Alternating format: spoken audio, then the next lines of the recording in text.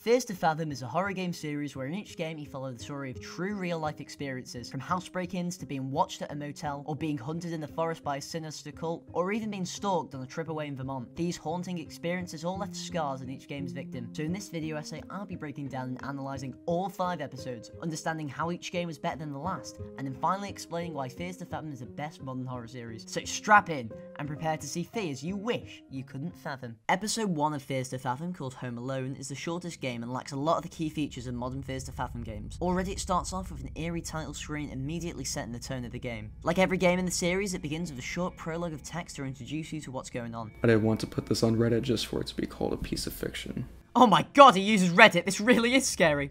Anyway, your name is Miles. You're a 14-year-old home alone during the summer while your parents are away. You were supposed to have friends around, but they cancelled on you. Anyway, now you get into the actual game. You wake up to your annoying alarm. It's 8 PM, so the average sleep schedule of a Redditor. You're introduced to the main charm of this game, the visuals. A grainy VHS filter over everything makes it feel like a vivid dream. You're hungry, so you go down the stairs to eat some lasagna. But on your way, for some reason, you enter your parents' bedroom and look out the window. There's a man standing there, watching. He then walks away, leaving you confused and startled. While waiting for your lasagna to cook, you explore the house and leave the backyard to see if the man was still there, and where he went. But you couldn't find anything. So you eat your lasagna on your couch and then, you see someone walking up the stairs. But you're home alone, right? You check the back door. It's open. Your only option is to go back upstairs as your character doesn't realise that he's in danger. So you go up the stairs, and it's designed that you go up the stairs as slow as possible, really building up that dread and tension. You go straight into your room and do homework till the early hours of the morning, and then you head to bed. 1:16 AM. You wake up to the darkness consuming your room, and you want water. Everything in the dark feels like a distorted version of the room and house you were just in, and you nervously leave your room, carefully descending the stairs and make it to the fridge for water. The ambient noise is tense, and you look around frantically while drinking your water, and then you slowly go up the stairs again. And as soon as you get to your bed, you get a text from your mother. A frantic text of panic with an image attached. Someone is at the front door of your house. You're sent into a state of shock and don't know what to do. For some reason, you go downstairs and look out the window sneakily. And it's true. There's a strange man outside, so you go to hide upstairs. Your mother texts you again saying that this guy's been creeping through the windows the whole night, and you realise it's the same guy you saw at your parents' window at the start. The same guy came in through the back door and up the stairs. What does he want? She then says that the police are being called, but you're unsure if they'll even make it before he gets to you. And then... you hear the sound of broken glass. You smash the window to get in. Panic consumes you as you stay still, hiding. Then suddenly, you hear the doorbell ring. What's going on? Your mother tells you it's Paula at the door, but after everything, do you even trust leaving your hiding spot? So you venture out carefully, and as you approach the top of the stairs, the door to your parents' room's open, revealing a figure. The light illuminating the darkness of the house, so panicked, you run back into your room and hide. Until the sound of police sirens and the comforting ending music plays. Help is here, and the sigh of relief washes over you as you realise you're finally safe. You descend the stairs for the last time and greet Paula at the door, with the police cars in the background. You're safe. And that is episode 1, Home Alone. A really, really strong start to the series. A strength of this first game is how it uses every little thing to unsettle you, like the use of darkness during the 1 AM segment, the loud demonic sounds coming from the oven at the start, or even the TV having mildly disturbing stuff on it. It's all designed to create an atmosphere that's scary and keeps you in a constant state of unease, as the horror can come from anywhere. The way it uses sound is also a strength, with stuff like opening your doors making it go completely silent, which is just a really effective tool used throughout the series, where the absence of sound is just as scary as the sounds themselves. The concept is also extremely relatable. Everyone's been home alone at some point while young, and can understand just how terrifying it can be. Another key thing of the series it establishes is the ending. It just feels so damn satisfying. The relief that all the horror is over with the calming lo-fi music makes it so nostalgic and safe. However, being the first game, it's not without its weaknesses. Due to the small scope of the game, it isn't allowed much build-up time, something which the later games go on to master as they follow a pattern of small little things to disturb you, but can be easily explained away and rationalised as not scary, until the climax of a big genuine threat that links all these warning signs together and takes advantage of that unease. This game doesn't have much of that. The only scary event that can be rationalised as not scary is seeing the man out the window, as it may just be some random man, but even so, this encounter is completely optional. Every other scary event in the game is not relying on tricking your brain into debating if it's scary or not, as a man walking up your stairs is self-explanatory. It's scary. Same as the window getting smashed. So while yes it has scary events, it doesn't put you in that uneasy state for as long, which makes when you're in the horror and scared state less effective, as you didn't have that time to be made uneasy and trick yourself into being scared before the horrors even started. Well, let's see what else this series has to offer. Let's dive into episode 2, Norwood Hitchhike. The title screen is the same as the first, with unsettling ambient noise in the background of the motel. This sets an eerie atmosphere to the first game from the very beginning. Upon starting the game, you're introduced to some background information. Holly Gardner, a 19-year-old, is driving back from a gaming convention, and the drive was about 12 hours long. Anyway, you're sprung into the gameplay and introduced to another mechanic of the Fears of Fathom series, driving! You can listen to the chill music on the radio to drown out the fact that it's nighttime and creepy as hell. Just make sure you don't crash. Too late. But the vibes on this part of the game are amazing. The music of this series really adds to the vibe. However, things go wrong as you're low on gas. You see a man walking into the forest from the side of the road. It's unsettling, but there's no reason to be afraid as you're going to drive far past it, right? Nope, the gas station is right next to where the man was. You pull in and park up and then enter the gas station. You approach the man at the counter. He asks you if you're heading to the bridge alone. He explains the Norwood Valley Road is a place often avoided by people due to a century-long rumour around people disappearing and people who would go looking for them would never return. The locals say that the Norwood Valley monster would tear them up and hang them on trees. As you're about to leave the shop, he stops you for one more thing. If you see a woman in a white or blue gown trying to get a ride, do not stop. Upon further questioning, you learn that she died there in a car accident and now seeks vengeance and that she's out for blood. Could she be the monster of Norwood Valley? He says that whatever you do, never, under any circumstances, pick up a hitchhiker, and that those people out on the road aren't what you think. You try to speak to another shopper, but he doesn't respond to anything you say. He just looks at you no matter how hard you try, unless you mention the Norwood Valley monster, and for the first time he responds with a huh. Upon further questioning, all he says is big mistake. Upon leaving the gas station, you see a man suspiciously walking away from your car, and then into a white van before driving off. I'm sure that won't be important later. So you fill up your car with gas and hit the road again, and your character says, being on the road, you do realize a thing. Monsters truly do exist. Every single one of them looks just like you or me. Your headlights flicker and turn off at points, adding to the creepy atmosphere of being on the road at night. You look ahead to see a car in front, and through the flickers of your headlight you can see a hand sticking out the trunk of the car. Just what's going on here? The car speeds off and disappears into the night. After more driving, the tarmac road swaps out for a more dirt track, and the forest begins to end with the trees becoming more and more sparse. And then you see it, the bridge, the one from the story of the Norwood Valley monster. As you're about to get to the other side of the bridge, the radio cuts out. You are now completely alone and everywhere feels a lot creepier all of a sudden. You press on more, but suddenly you can just barely make something out. A van. It was the van from earlier with the guy who was by your car. This whole time the static of the radio is still humming again, adding to the creepy and ominous atmosphere. Suddenly you approach two logs left in the middle of the road. It looks like they were intentionally put there. So you get out your car and move the logs, but when you get back and try to start the car, it won't start. And just like that, stranded in the middle of nowhere with no phone service in the Norwood Valley. You know, the one known for the monster that would tear people up and hang them on trees? Your character says, throughout my life, I was told not to take rides from strangers. But at that moment, I had no choice. It fades to black and cuts to 10:23 PM, and you see a car nearing.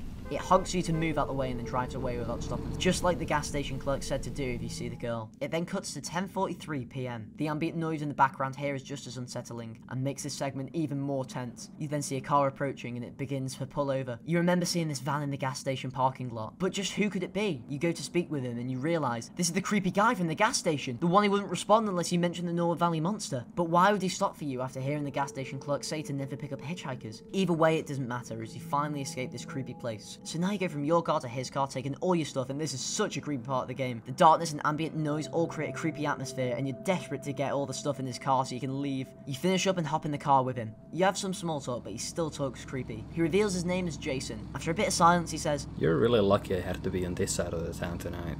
I must say you are one brave young woman." You question further, but he ignores it and asks about your car troubles. You go back into silence. He asks what you think of the story the gas station clerk told. You say it creeped you out, and he says interesting, and then elaborates saying he would tell that story to everyone passing through. You ask him if it's true, and he says he's never seen for himself, but there are some strange things, and then he says, "I'm afraid your car breaking down could have been one of them." He said he doesn't want to sound like the moron gas station clerk, but he wants you to remember this. You don't bother them, and you don't be bothered.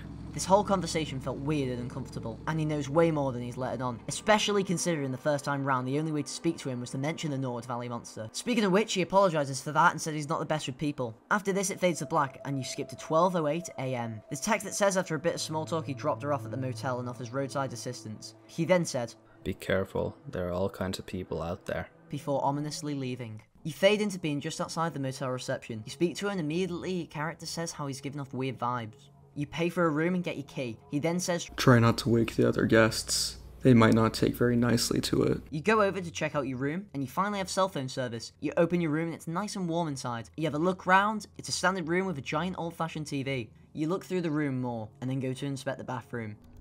Oh, what the fuck? Hello?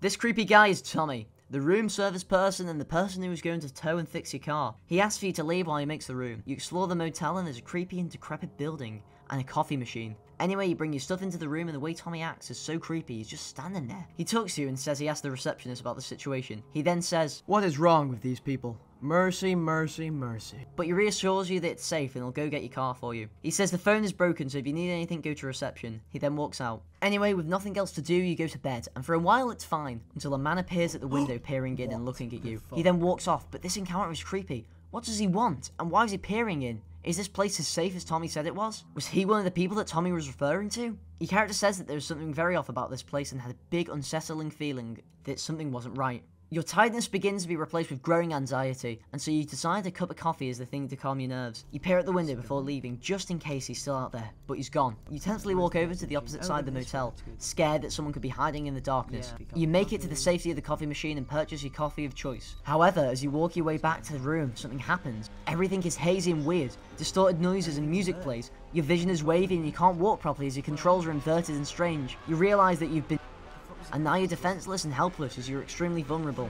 You can't even read your messages without your eyes hurting. After a lot of fumbling and stumbling around, you make it back to your room, and you go into bed and pass out. You wake up to a phone call with your vision restoring slowly. But hang on, wasn't the phone broken? There's a knock at the door, so you look out the window and see it's the owner. You speak to him, and he confirms he is the owner, so you open the door. He's angry and said he told you not to wake anyone up. He says, "What are you making all those goofy noises for?" and tells you to keep it down. He asks why your eyes are all red, and you mention the coffee machine. He asks if you're messing with him, and he says there's no coffee machine.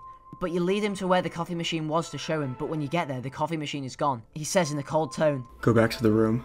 Your character says his demeanour has completely changed. You insist again that the machine was here, but he just repeats, "I said go back to the room, now." He then repeats, "Did you not hear me? I said go back to the room and don't get out." He informs you of medication in the drawer that you should take to calm yourself. Again, a weird thing to have in a room. Is this a regular occurrence? Upon going back to your room, you take the medication, and while going to get water, you see your closet is open, and you're filled with dread and fear. Who opened the closet? Was someone in your room hiding in the closet when you were passed out earlier? Well, if you opened the closet as soon as you woke up from being knocked out, well, I'll just let it speak for itself. Who's in there? Who's in there? Ah! Oh, God! There was a man in your closet. After taking your medicine, you go back to bed. Confused and scared, you begin to unwind, but still on guard in case something happens again. After an uncomfortable amount of time, you start to hear noises. It's someone speaking. And this honestly terrified me, as I think it's coded to respond to your microphone input, so whenever you say something, he will respond with a creepy.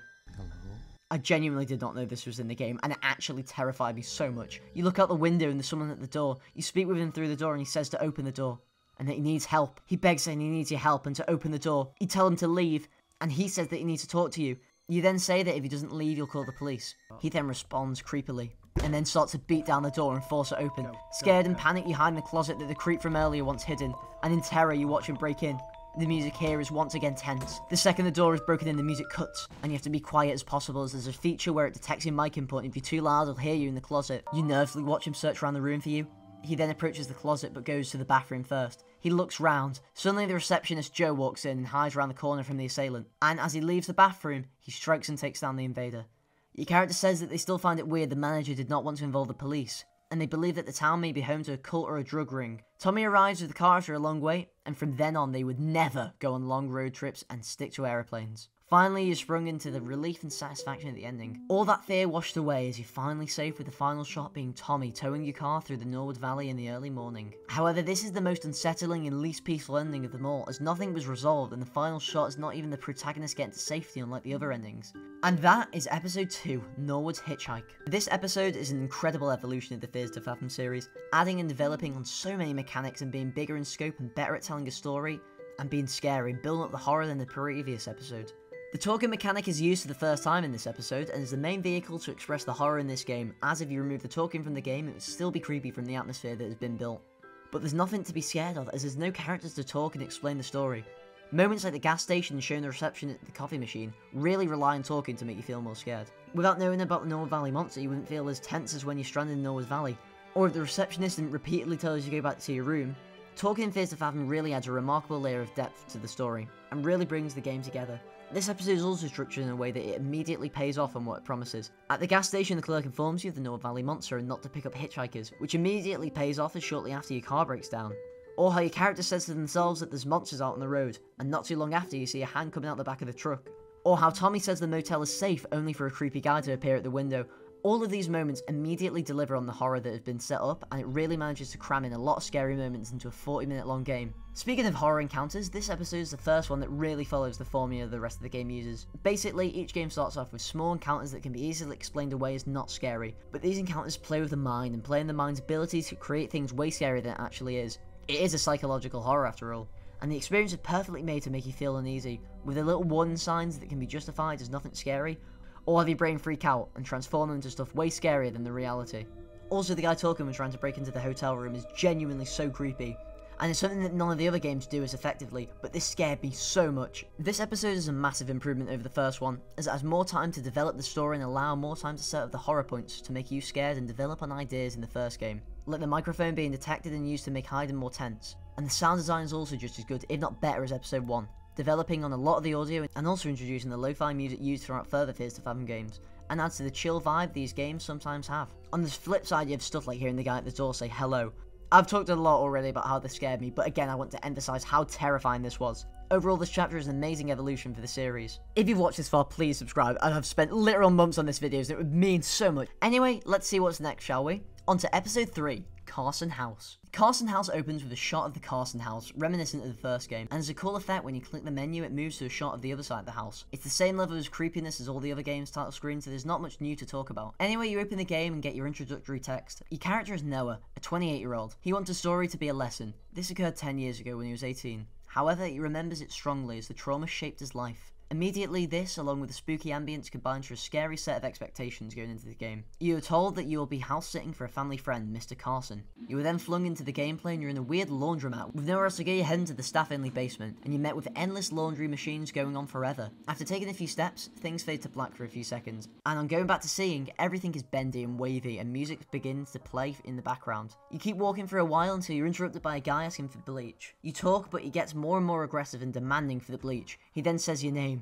Noah, and repeats it to get you to wake up. And this was all just a strange dream. You're in the back of a car and you talk with your father. It's nighttime, so it's already creepy. He informs you of where the key's located. It's hidden under a small rock somewhere, so you have to go look for it. As you watch your father drive away, your last scrap of safety is gone. As you search the garden, the ambient noise is tense and unsettling. There is a nice dog there who belongs to Mr. Carson. After what feels like a lifetime, you find the keys and enter the house. It feels only slightly less creepy than being outside. You explore the house and find a green screen room / film studio with a do not disturb sign. You then check out the basement. Fuck that, that is a dark basement, and this is a horror game. You then need to use a bathroom, so you go there and mark your territory to assert dominance over Mr. Carson. You then get a strange text message, but you realise that it's Mr. Carson. He says that it wasn't for his dog, Zeke, then he wouldn't have asked anyone to house sit. He then wants you to go to the basement to get his dog food. No! A basement in a horror game? Surely we don't actually have to go to the basement, right? Oh no, what are you doing? So you look around the basement, and sure enough, it's dark and creepy. And Mr. Carson then texts you there's a flashlight in the closet. And then you go back down and navigate these creepy shelves to find the dog food. After finding it, you go to feed Zeke. Anyway, Mr. Carson messages you again. He wants you to fix his computers, it's full of malware and links to his whole security system. So you log on to the computer. Every app you click on says critical error. So you install an antivirus, and as sketchy as it is, it actually works and you can use the computer. So you check out all the apps you have access to, you play the Guess the Flag game, and then look on the iNet 7 app. It's a security monitoring system. Oh no. You see different locations like the living room, backyard, doghouse, green screen room, etc. And you can toggle a night vision mode. You then text your friend and they say to watch a TV show, Cooking with Jeffrey. It's surreal to say the least, and fits with the unsettling vibe of this game. You text your friend while watching, as you get more and more unnerved and look around in case something sneaks up on you, or in case you miss something like in episode 1, where you could see someone walk up the stairs. Thankfully, you're interrupted by Mr. Carson, who tells you to go grocery shopping, and there's some cash for you to get them with on his nightstand. However, when you go to his nightstand, you see something horrifying. Lotion and toilet paper! Mr. Carson, you dirty bastard! Anyway, horrified, you get the cash and leave the house. You're told to use the bike and you ride off down the road and head to the grocery store, narrowly missing being hit by the cars. Ah! Watch where you're going, you dick. It's now 9:22 PM. The ambient noise from earlier isn't as loud, but still creepy. You then go to park your bike. Wait, what are you doing? Don't drive into the store! Anyway, you head into the store and start to get the items you need. Before that, however, you make conversation with everyone. First, there's an old woman who needs help finding mustard. So out the kindness of your heart, you help her. You also notice a different woman walking around and humming, but the second you speak to her, she stops humming, and she doesn't say anything. Similar to the guy in episode 2 in the gas station. Anyway, next you bump into your friend, and they say that your girlfriend Cara was just in here, but she had just left. It's revealed that it was actually your ex-girlfriend, and she looks quite old and has bought a lot of beer. They ask what you're doing tonight, and you say you're house sitting, and your friend mentions that Mr. Carson's son has been acting quite weird since their parents split up. Anyway, you go look around the store to buy everything on your list, and you're pretty efficient getting everything, so you then check out and leave the store. You arrive back at 9:46 PM. Your drive back is unsettling and you feel as though you're being watched. The ambient noise is different and everything feels more strange. You put the groceries away and go to the bathroom. Upon return to the desk, you get a message. You need to see this. Search up Roy Carson divorce on the internet. So you do, and you see an article related to him getting death threats from angry fans of his ex-wife. He's the co-founder of the film company and dated a famous actor. You then see a photo of the house you're in right now and saying people have shown up to his house to confront him. Then the doorbell rings. You're panicked and scared. Is someone here to attack you? You check the camera for the front door. It's a pizza delivery guy. But you didn't order pizza, but you might as well go answer it, so tensely you walk downstairs. The music is creepy and unsettling. You check the blinds before opening the door and speak to him. You open the door and all the sound cuts and you can't see the delivery driver. So tensely you step out and, oh never mind, he's round the corner. So you take your pizza and then he asks something strange, if he can wait in the house till the rain clears up. And this really freaks you out, and so to let him think you're not alone, you tell him your dad is upstairs and won't want him to come in. He leaves and returns to his car. So why would he want to come in when he can go in his car? Anyway, you start to dig into eating your free pizza. You get a text from Mr. Carson. He said he ordered pizza for you. But if only he could have texted a bit earlier to save you from being scared at the doorbell. You chow down on your pizza and tensely look around. Is the delivery driver going to try and break in? Suddenly you hear the doorbell and knock at the door. This can't be the driver again, right? Scared you approach, but looking out the window you can't see anyone at the door. But you check the cameras just to be safe. You see the silhouette of a woman walking away from the porch and round the side of the house, and then she disappears. You are now absolutely petrified. You frantically check the cameras to see where she went, but you can't see her. Panicked, you nervously head down the stairs and cautiously open all the doors. All that there is a bouquet of flowers. As you head back upstairs, you get a text from a wrong number and then ignore it. Then you catch up on your homework. It's now 1:36 AM. You're hit with the sound of alarms beeping and the dog barking. Everywhere is dark, and your character says the power has been shut off.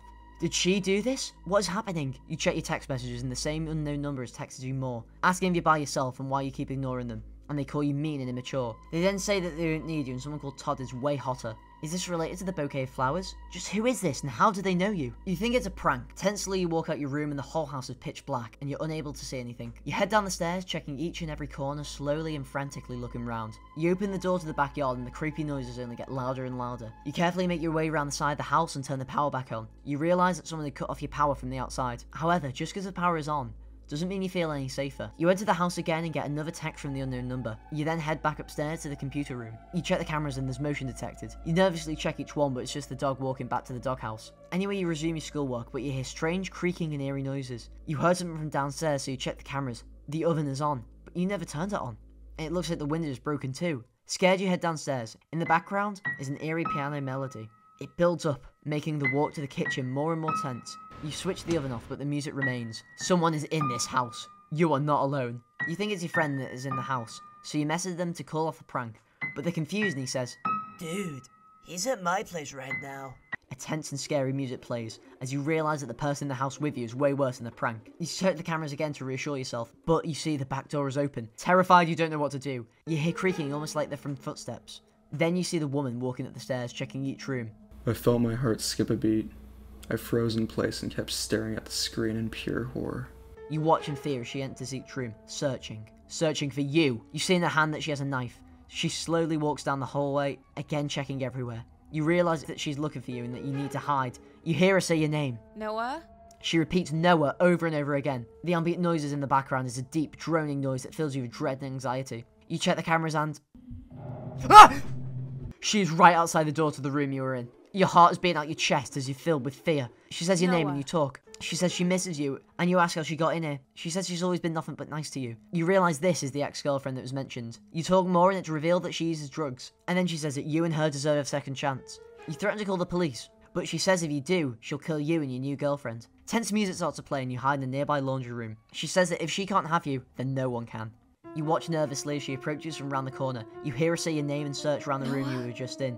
In a state of fight or flight, You decide to make a run for it. The tense piano in the background, and it adds to the fear and tension. You then see text that says you left the house and ran down the block. Your dad called the cops, but she left the house by the time they showed up. However, you knew where she lived and she got arrested. He then goes on to say that Kara was one of the first people he met on a dating site. She was 3 years older than him, and 2 months in, she took to hard drugs. He tried to get her help, but she took it as a bad thing, so he cut contact. She tried to lie to the police, but the cameras show her guilt. It's revealed that she was on a lot of drugs and alcohol that night, and was sentenced for a long time. Then it cuts to the relief of the ending scene. You're hit with a wave of safety as it pans across the Carson house. You're finally safe. Once again. Carson House is an amazing evolution of the series, acting as a sort of bridge between the simple nature of the earlier episodes and then the more complex and expanded features of episode 4 and 5. While it's seen as one of the more weaker episodes of the series, it's still effective at being scary. The build-up of the cameras to help you feel safer, only to rip that away by being used to show her right outside your door. This episode adds new features that are in later episodes like the computer, which also has a variety of games and extras to check out. I think the main reason this episode is felt to be the weakest is due to how similar the premise is to Home Alone. But it's fine, as they both take that premise in different directions and make it scary using different tools. The idea of someone entering your home is a scary thought. It's a place of safety and warmth, and this version of that in Fears of Fathom feels eerie. Not only does it use creepy and eerie ambient noise, it also utilises the piano to add more build-up and tension. Even the human sound design is amazing. Again, you have Kara saying your name while looking for you. You also have stuff like the lady in the store humming, only to stop when you approach, all designed to unsettle you.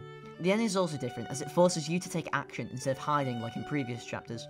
It really triggers your fight or flight response and makes you so much more determined to run and escape. This game also features so many scary moments from Kara that you'll only notice when replaying or watching it back.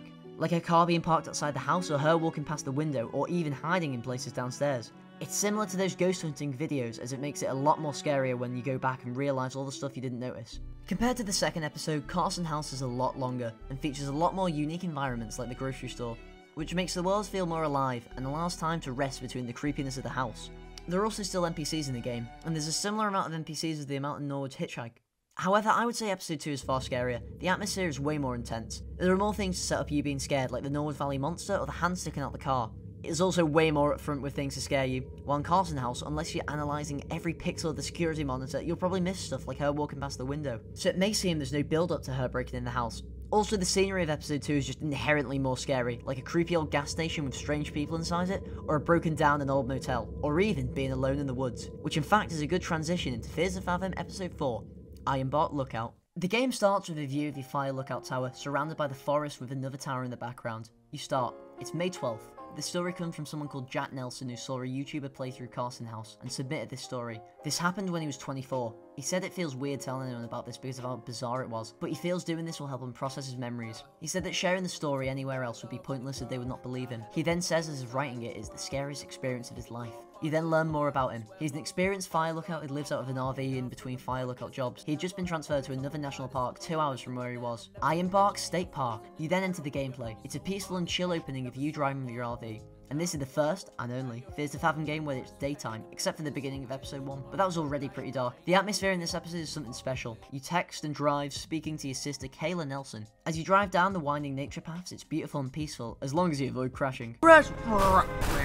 Your character talks about his affinity for nature and being solitary out in the woods. Anyway, you're back to texting and driving where you learn about this diner in Roseburg with the best burgers in town. So you decide to make a stop as a last good meal before the solitude of being a fire lookout. After a bit more driving, you route to town. There's a couple of houses, some other buildings, and of course the diner. So you pull in and leave your RV. It's busy with a lot of people, but first you go to the bathroom. Anyway, you sit down and get ready to order your food. The wait is long and uncomfortable, as your waiter moves so slow. After what feels like ages, she returns with your food, and, as is classic in Fears of Fathom, you get to eat your food and listen to the disturbingly realistic eating sounds. Anyway, you finish eating, tip your server, and leave the restaurant, but the door to your RV is now open.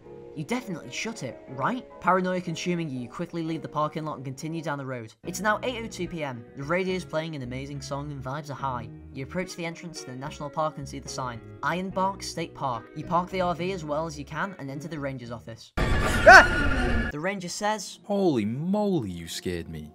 I thought you were one of them. One of who? Anyway, you tell him you're the new transfer fire lookout and he says, I didn't know we were hiring this season. Suddenly, through the window, you see a man walking through the forest, and this freaks you out. You're left in panic as the ranger goes to check the information for your lookout. After waiting for a bit, he says, Okay, pal. You're good to go. You're staffed at Fire Tower 11. He then said that he had thought that Tower 11 wouldn't be staffed this season. You take the keys from him, and then he goes to open the gate for you. While waiting, you look at the board, and there's a bunch of missing posters. It's really creepy. The ranger speaks to you again and gives you a flashlight. He then says, Welcome to Ironbark, pal. and tells you to do a weather report as soon as you get there. He then lets you know that there's another tower nearby, who in case of an emergency, he'll be your only point of contact.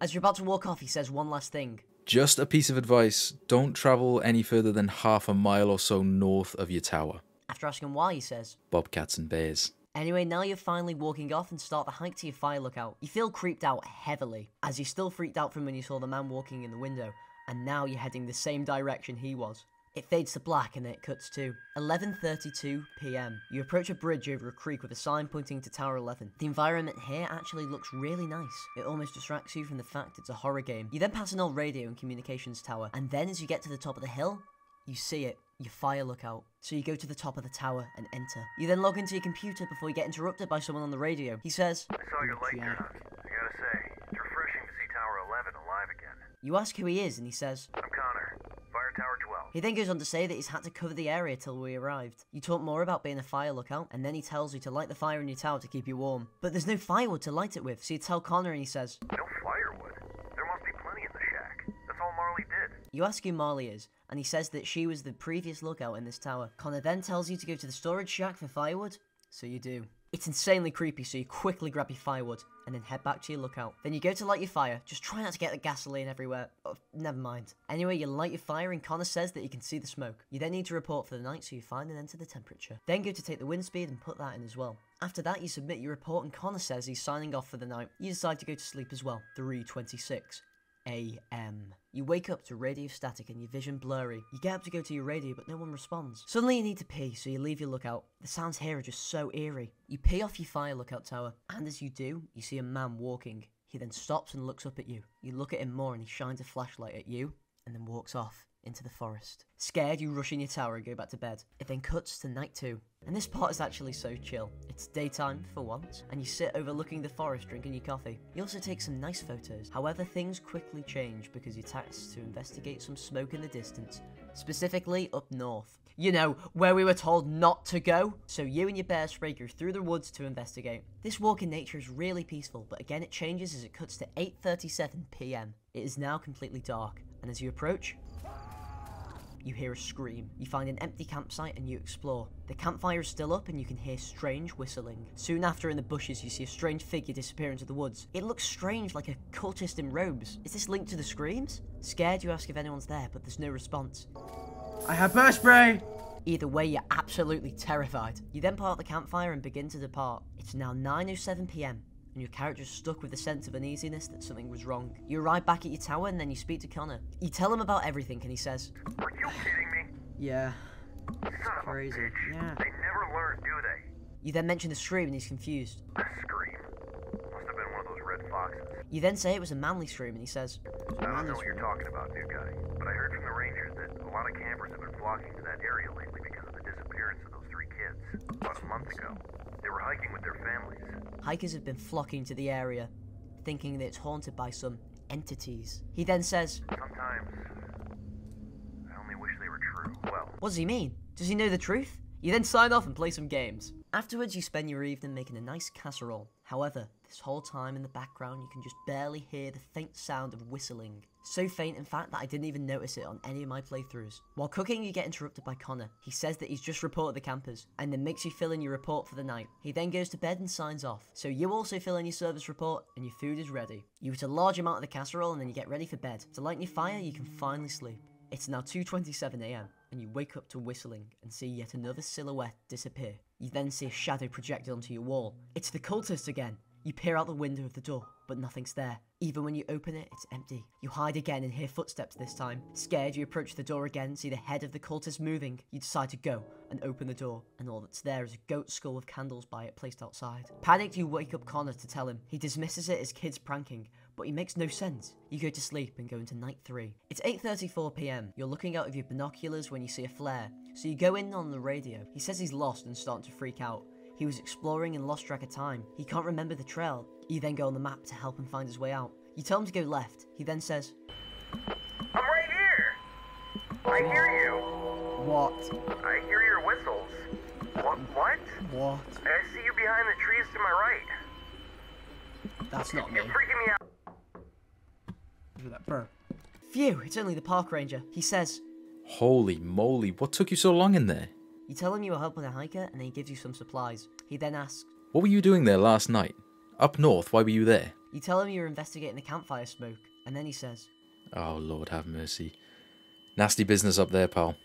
Bobcats and bears. you then mention the skull, and he says, Oh, Lord have mercy. You know, it's best we don't dwell on these things, pal. and that there's nothing we can do without evidence as you didn't take a photo. He then leaves. You eat some food, do your report, and then you go to get some wood for the stove. What the fuck? You speak to him and he says he's called Silas, and he's a worker doing maintenance on the radio tower. He says something strange, that some fires are meant to burn, and nature has its own plan and mentions a cleansing. Why is everyone so fucking weird? He then says farewell to you and calls you by name. How does he know your name? He then walks into the wood. Yep, because that's just completely normal. You speak to Connor and tell him about Silas. We're in the Silas downstairs. That radio tower's been out of service for ages now. You ask who you just talked to, and he says it could be the goons. Then you say you knew your name. He says next time you see him, take a photo. You both sign off and then go to bed. It jumps to 1 week later. He wakes you up in the middle of the night. He says that there's some smoke up north, and he's so tired that he's going to sleep, and you have to be the one to investigate it. So you go to your balcony and look towards the smoke. You look through your binoculars and see a group of cultists. They're burning a body. The body of that hiker that went missing. The only thing you can think to do is take a photo and... Right. Fuck! This is the most scared I've ever been playing a game. You can see them running after you, so you hide under your bed. You then hear him as he tries to break down your door. He hits it repeatedly, and then... he enters. He carefully wanders round, sickle in hand. He's looking for you, but he can't find you. He then goes to look round the balcony. Carefully, you sneak out of your hiding spot and make a run for it. But then, you're spotted by him again, and he begins to chase you. Panic, you get to the bottom and hide in the porta potty. He wanders round again, still searching for you. He goes to check the storage house nearby, your heart pounding out of your chest in fear. Fight or flight kicking in, you begin to run, far, far away from here. You make it back to the ranger station. But suddenly... oh shit, oh shit. You see him running behind you. You sprint all the way to your RV. You get in and drive away, never to return again. In the text afterwards, your character says that no one believed you. It then ends with the relief and calmness of the ending. After all that tension, you can finally leave in your RV and never return. Thank you for visiting Ironbark State Park. To say that episode 4, Ironbark Lookout, is a step up from episode 3 is a massive understatement. This game is an absolute masterpiece, and in my opinion and many others, is the best in the series. The vibes are amazing, the horror is terrifying, and the setting is just beautifully creepy. This isn't just a step up from the last game, it's a whole 7 staircases ahead. The scariest part about this game, and all the Fears to Fathom games, is that it's based on a real-life true story. This happened to a real person. Just imagine how scary this would be if you actually experienced it in person. I could talk to death about how good this episode is, and I actually did in a previous video essay comparing this game to a similar game. If you want to check it out, do it after this video. Anyway, let's dive into the 5th and final episodes of Fears to Fathom, Woodbury Getaway. This is the 5th and final episode of Fears to Fathom, and it begins with a view of the cabin you will stay in. And then you start the game, and this time the game doesn't begin with a big chunk of text. You just go straight into being sat at an office desk. You can go on the computer and play a game about typing and shooting aliens. Anyway, with nothing much else on the computer to do, you go make some coffee. Your name is Sydney Harper. You're in your mid-20s and work at a consultant firm. Soon you make it to the coffee place and get a coffee. It's a bit unsettling because everything is so empty and quiet. Your character then needs to use the bathroom, so you find one and enter. While using the bathroom, you begin to hear the sounds of footsteps and humming. Confused, you open the door and... You're telling me he almost gave you a heart attack, but he's really apologetic. Turns out he's just a janitor. Then you end the conversation and leave back to your desk. When walking back, you hear the phone ringing. Who could it be? You answer. Hey, Harp, it's Mike. I've been trying to call your cell for the last 2 hours. It just keeps going to voicemail. You tell him your phone has been acting up lately. He responds, Oh, snap. I was starting to think maybe you were ignoring me. He asks why you're still working so late, and you say about overtime. He then asks you if you've booked the cabin. He says, Just really wanted to see you. And Nora. You tell him maybe you'll do it after work. He then asks, Hey, I was thinking since we both live in the city, maybe I could pick you up and ride together. You agree, and then he says to keep the rental under $100 so their other friend Nora can also afford it. You hang up and then go on the computer to book the rental. You scroll to the very bottom and then you see it.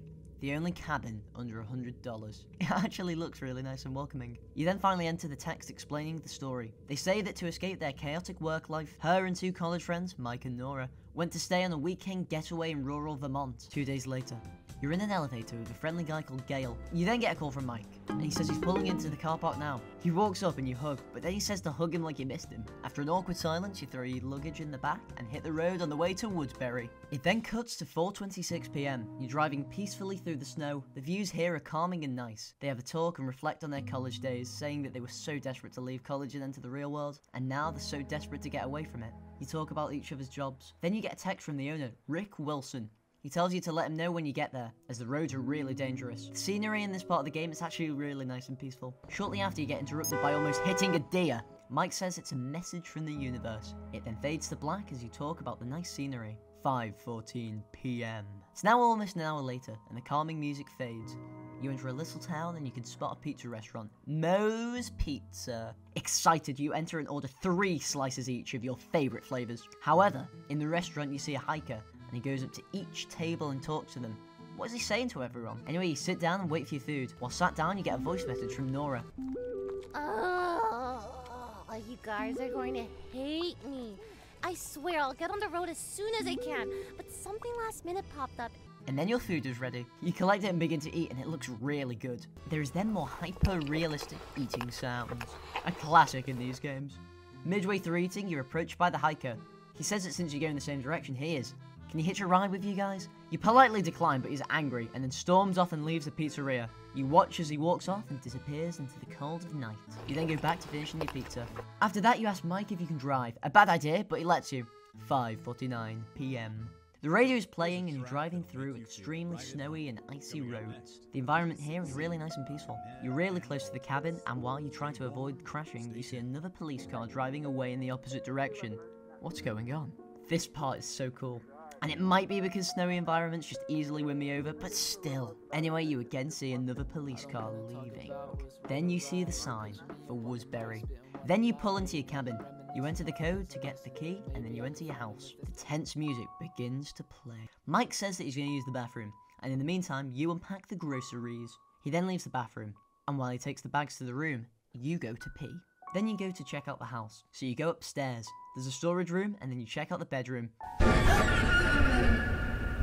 He welcomes you to his cabin. It turns out that this is Rick, the owner. He says you're a nice couple, but you say you're not a couple and Mike gets offended. Anyway, the interaction with Rick feels uncomfortable. He says he's looking for his cat. He then gives you a tour of the house. He shows you the bathroom with a broken sink, and the cabin's second bedroom. He then shows you the balcony and the view is great. After a bit more of showing you around, he then takes you to the basement. He says that there's nothing to worry about down here. This whole time it feels eerie and creepy. Mike then asks what's behind the door. He says it's nothing we should concern ourselves with, and renters should stay out of it. Before leaving the basement, he says that the mother of the guy he bought this off died in this basement, as some guests report hearing voices at night and sounds of someone shuffling around. You let freak out before he starts laughing and plays it off as a joke. You leave the basement and your character says that he's really creepy. He then goes to leave the cabin, but before that he asks for your name. Does he not know your name already? He plays it off as forgetful old age and then leaves the cabin.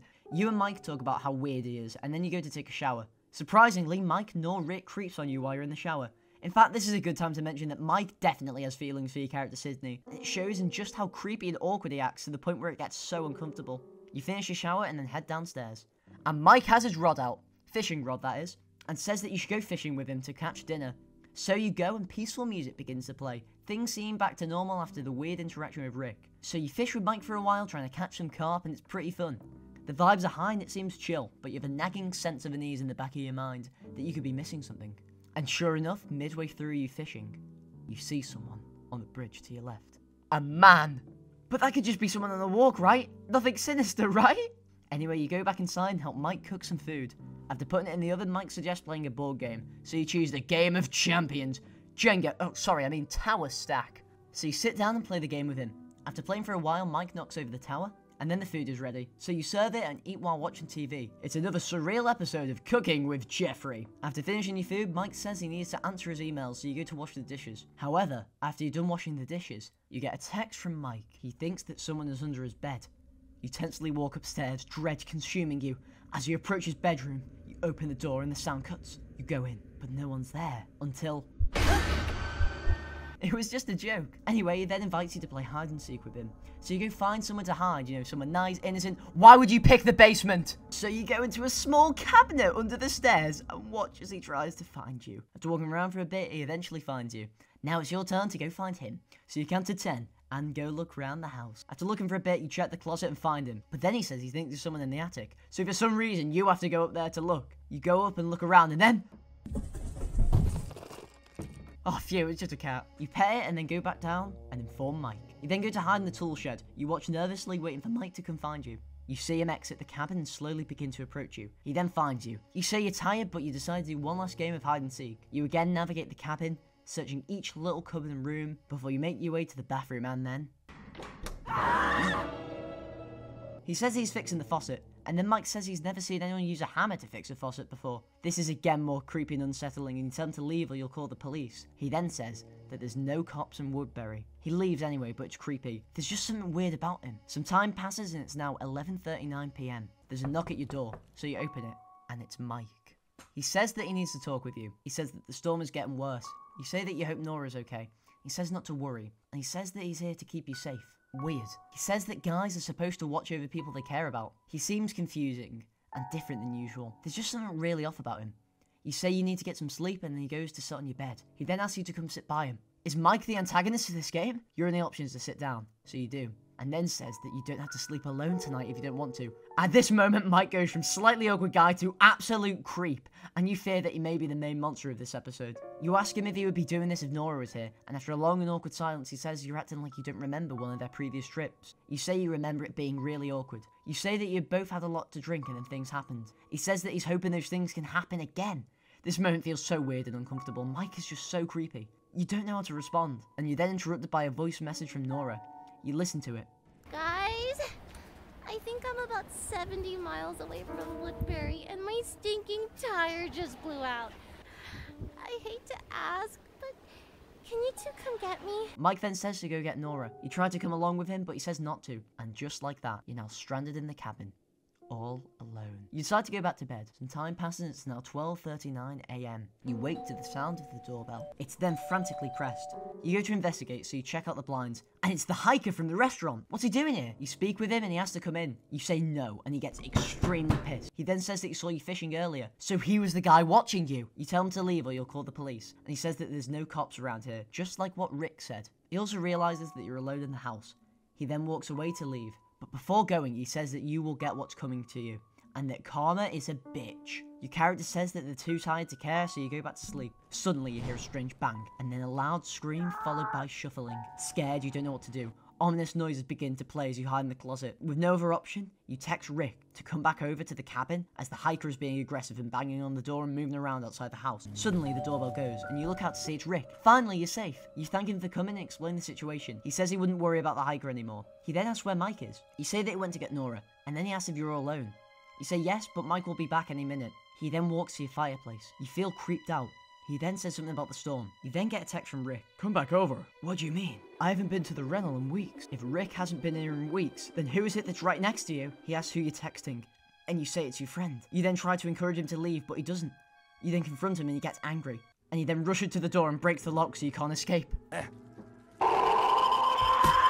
You run to the basement to hide, just like in the same place you did when Mike was looking for you. Scared, you cautiously wait as he slowly comes down the stairs and looks around the basement for you. Your heart is pounding out your chest and your breathing is heavy. He then enters the secret room, giving you a chance to escape. You run for your life, but then you get a call from Nora giving away your location. You frantically run up the stairs and hide in the closet again. You wait nervously. You're scared he might find you, but after hearing the doorbell ring, he realizes that Mike and Nora are here, so he leaves the room. You leave the room to go answer the doorbell and let them in, but you get another call from Nora, and it alerts Rick again, so he's coming. So you hide in the attic. You watch nervously as he searches the closet for you. You hear the shouting of Mike before you get a text from Rick. He says he's informed Mike and the police of what's happened. You carefully leave the attic, and you're finally safe. The peaceful ending music plays, and you go down the stairs. Fake Rick left through the back door, and Mike then kicks the door in. It's revealed that the man lived in the cabin when it wasn't in use. The actual Rick asks what the man looked like, and then stopped asking questions. It seems like he knows way more than he's letting on. All that aside, you enter the peacefulness of one of the best credits and endings to the game. This ending song is the best, and what a way to end such an amazing game series. The ending scene shows the police investigating the house with police everywhere, and Mike talking to them. It then ends with a message. Thank you for playing Fears to Fathom. Woodbury Getaway is such an intense and interesting game in the Fears to Fathom series. It really perfects a lot of the stuff from other episodes. The vibes in this episode are some of the best. The snow, radio, and general atmosphere is all just so cool. The most important part of this episode is how realistic everything is. There are no literal monsters or supernatural elements. All the horror comes from humanity, and the worst of it. It's also realistic in the small things, like making a cup of coffee, to the eating noises, to all the little details other than the environment, to even things like using the bathroom. The realism in Fears to Fathom is essential to making it believable and scary, as these are true stories that people in real life have experienced. So everything from the coffee to the piss has to be realistic, so you feel like this world is alive, and that you're living through the scary experience. And that one day this may happen to you too. So I've taken you through each Fears to Fathom games, and you can clearly see in each episode Rail progressing and improving as a game developer. From the amazing start in episode 1 where a stranger breaks into your house, and the excellent use of sound, the fear of the unknown using your mind against you to make you paranoid, to the evolution in episode 2, adding talking and voice detection, along with a scary story about being stranded in a valley, supposedly haunted by a monster, only for the real monster to be the people staying at the motel. Then to episode 3, adding and developing on the previous 2 by using music to emphasize certain scenes, and an ending that requires you to take an active role in escaping the situation, instead of the previous episodes where you wait passively and helplessly for someone else to save you. Then to Ironbark Lookout, the best episode in the series. It perfects horror, atmosphere, story, gameplay, and really plays with your mind. The amount of things in this game designed just to scare you is immense. To then finally Woodbury Getaway. A great ending to the series, utilising every tool in the series to deliver an effective and scary experience, and really shows off all the best bits of this series. Comparing episode 5 to the first episode really feels like two vastly different games. So now for my rankings. Best episode, Ironbark Lookout. Number 2, Woodbury Getaway. Number 3, Norwood Hitchhike.